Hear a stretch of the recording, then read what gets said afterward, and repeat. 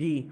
तो यानी हमने इस चीज को इंश्योर करना है, साइमोप्स अगर हो रहा है कहीं पे या कोई भी एक्टिविटी जो है वो उसका एक दूसरे के साथ कॉन्फ्लिक्ट ना हो। इवन दो इस हद तक क्रिटिकल प्लानिंग की गई होती है कि जब आपकी इंडक्शन ट्रेनिंग होती है ना, जिस दिन इंडक्शन ट्रेनिंग होती है तो वो आपको उस दिन बताते हैं कि फलानी फलानी डेट को ये वाला रूट जो है ना वो बंद होगा, क्यों? क्योंकि यहाँ पे हमने क्रेन लगा के ये एक्टिविटी परफॉर्म करवानी है। यानी प्लानिंग इस तक हद तक की होती है उन्होंने, ठीक है, और उसको उसी टाइम पे उन्होंने करवाना होता है। ठीक है, बात समझ आती है?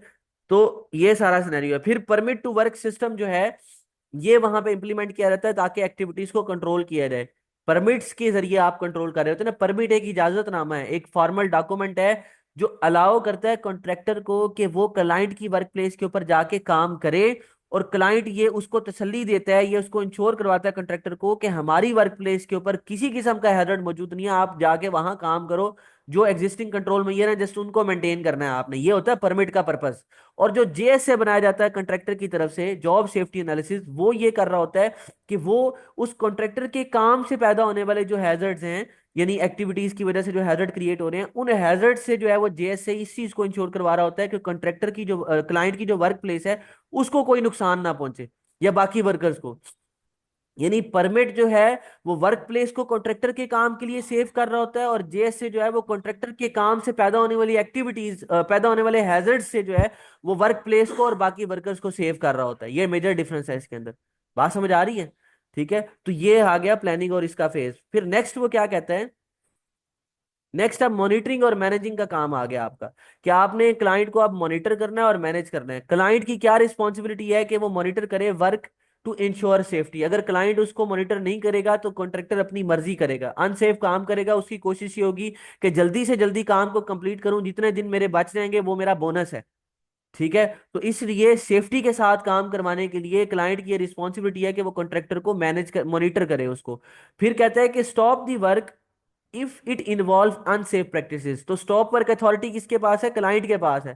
कि अगर वो देखता है कि अनसेफ प्रैक्टिसेस की जा रही हैं, काम को जल्दी में किया जा रहा है, वर्कर को फोर्स किया जा रहा है अनसेफ काम करने के लिए, प्रोसीजर्स को फॉलो नहीं किया जा रहा, तो उस सूरत में वो फौरी तौर पे काम को रुकवा सकता है। क्यों? क्योंकि उसका एसेट है, उसकी प्रीमिसेस है, उसकी प्रॉपर्टी है। ठीक है, उसने आपको, उसने इन्वेस्ट करके आपको हायर किया है ताकि आप उसका काम जो है वो मुकम्मल करो, ना कि आप उसकी जगह को खराब करो।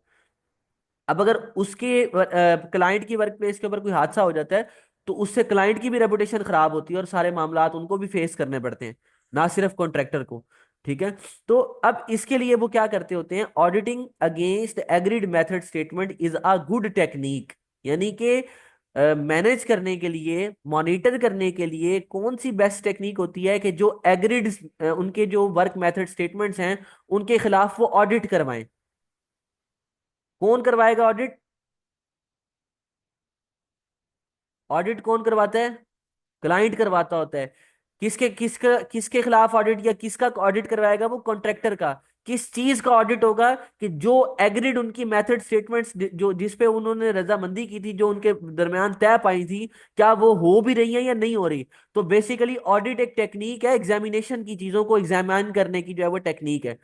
ऑडिट की जो कहानी स्टार्ट होती है वो डॉक्यूमेंटेशन से लेकर प्रैक्टिकल वर्कप्लेस ऑब्जर्वेशन तक जाती होती है। यानी पहले वो आपकी डॉक्यूमेंटेशन को रिव्यू करेंगे, फिर वो आपके वर्कर्स का इंटरव्यू करेंगे, उनसे बातचीत करेंगे, फिर वो फिजिकली वर्कप्लेस के ऊपर जाके ऑब्जर्वेशंस करेंगे, चेक करेंगे कि लिखा हुआ तो ये था, हो ये रहा है। फिर उसके बाद उसकी रिपोर्ट जनरेट करेंगे, फिर वो क्लाइंट को क्या करेंगे, रिपोर्ट करेंगे। फिर उसका एक एक्शन प्लान भी बना के देंगे आपको, क्लाइंट को, कि भाई ये काम ऐसे हो रहा था, ऐसे होना चाहिए, नेक्स्ट टाइम आपने इसको ऐसे करवाना है। ठीक है, तो ये ऑडिटिंग के जरिए इस चीज को कंट्रोल किया जाता होता है। फिर ये आपका चैप्टर जो था अब एंड हो गया।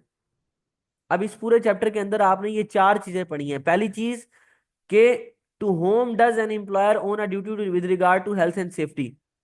दूसरी चीज जो है, सॉरी, ये मॉड्यूल की बात हो रही है, ये 1.3 मॉड्यूल के अंदर आपने ये चार चीजें पढ़ी हैं कि किन किन की सेफ्टी की रिस्पॉन्सिबिलिटी है एम्प्लॉयर की।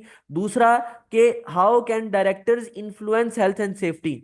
तो मैंने आपको बताया किस तरह से इन्फ्लुएंस कर सकते हैं, दो कामों से, clear commitment and visible leadership. फिर what are the key worker responsibilities.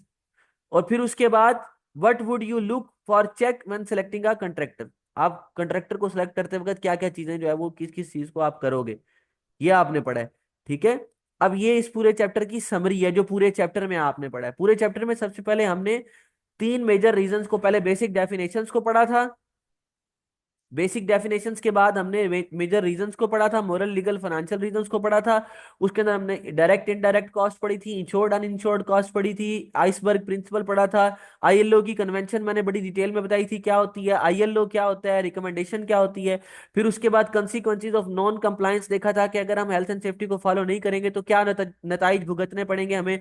फिर उसके बाद सोर्स ऑफ इंफॉर्मेशन को देखा था। अदर इंटरनेशनल स्टैंडर्ड्स में मैंने आपको बताया था आईएसओ के 9001 है, 45,001 है, वो सारी चीजें आपको बताई थी। फिर उसके बाद who does what in the organisation, यानी identify the various parties with in and outside of the work place and responsibilities of them, ये उसके अंदर आ गया। फिर उसके बाद क्या है कि consider the responsibilities as client has for the management of contractor, और कंट्रैक्टर के हवाले से उसकी क्या रिस्पॉन्सिबिलिटीज हैं, उसकी सिलेक्शन के हवाले से, प्लानिंग और कोऑर्डिनेशन के हवाले से, मॉनिटरिंग एंड सुपरविजन के और मैनेजिंग के हवाले से हमने इस चीज को, इस टॉपिक को डिटेल में देखा था। ठीक है। और यही चीज मैं आपको बुक से भी दिखा देता हूँ एक दफा, ताकि आपको आइडिया हो जाए। ये देखो, ये उसको क्या है कि किस किस की ड्यूटी, ड्यूटी के वाले से मैंने आपको बताया था। फिर उसके बाद सिलेक्शन ऑफ कंट्रैक्टर का ये मामला आ गया, किस तरह से आपने सेलेक्ट करते वक्त किन किन चीजों को देखना है, रिकॉर्ड ऑफ इन्फोर्समेंट एक्शन है, एक्सीडेंट हिस्ट्री है। फिर प्लानिंग कोऑर्डिनेशन के हवाले से रिस्क असेसमेंट है, और वो सारे डॉक्यूमेंट्स आप उनके शेयर करोगे। फिर वो ये क्या आ गया, monitoring and managing of contractor. यहाँ पे एक डेफिनेशन इसने दी हुई है परमिट टू वर्क सिस्टम की, जो मैंने आपको बड़ी डिटेल में बता दी है। ठीक है। और इसके अलावा ये चैप्टर आपका क्या हो गया, ये समरी, और चैप्टर आपका एंड हो गया। ठीक है। अगर आपकी कोई कंफ्यूजन है किसी टॉपिक के हवाले से, कोई क्वेश्चन है, तो वो आप मुझसे पूछ सकते हैं।